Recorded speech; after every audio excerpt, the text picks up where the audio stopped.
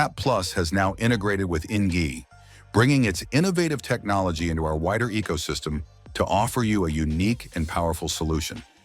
Setup of the INGY sensors is quick and effortless as they use Wirepas, which means the sensors will self-mesh and form a network themselves.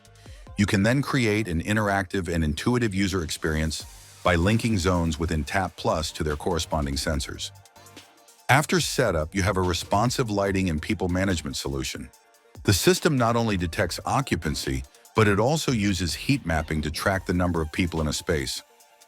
If you retrospectively need to add new IoT devices, you can do this through the tapp Plus app, as the INGY sensors act as a gateway for Inocean devices.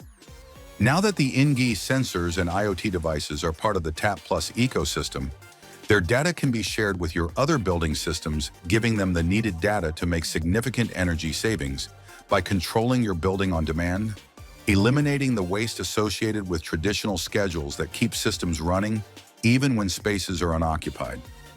These changes don't only save energy helping you get to net zero, but it also extends the life cycle of your equipment, reducing service requirements and enhancing overall efficiency.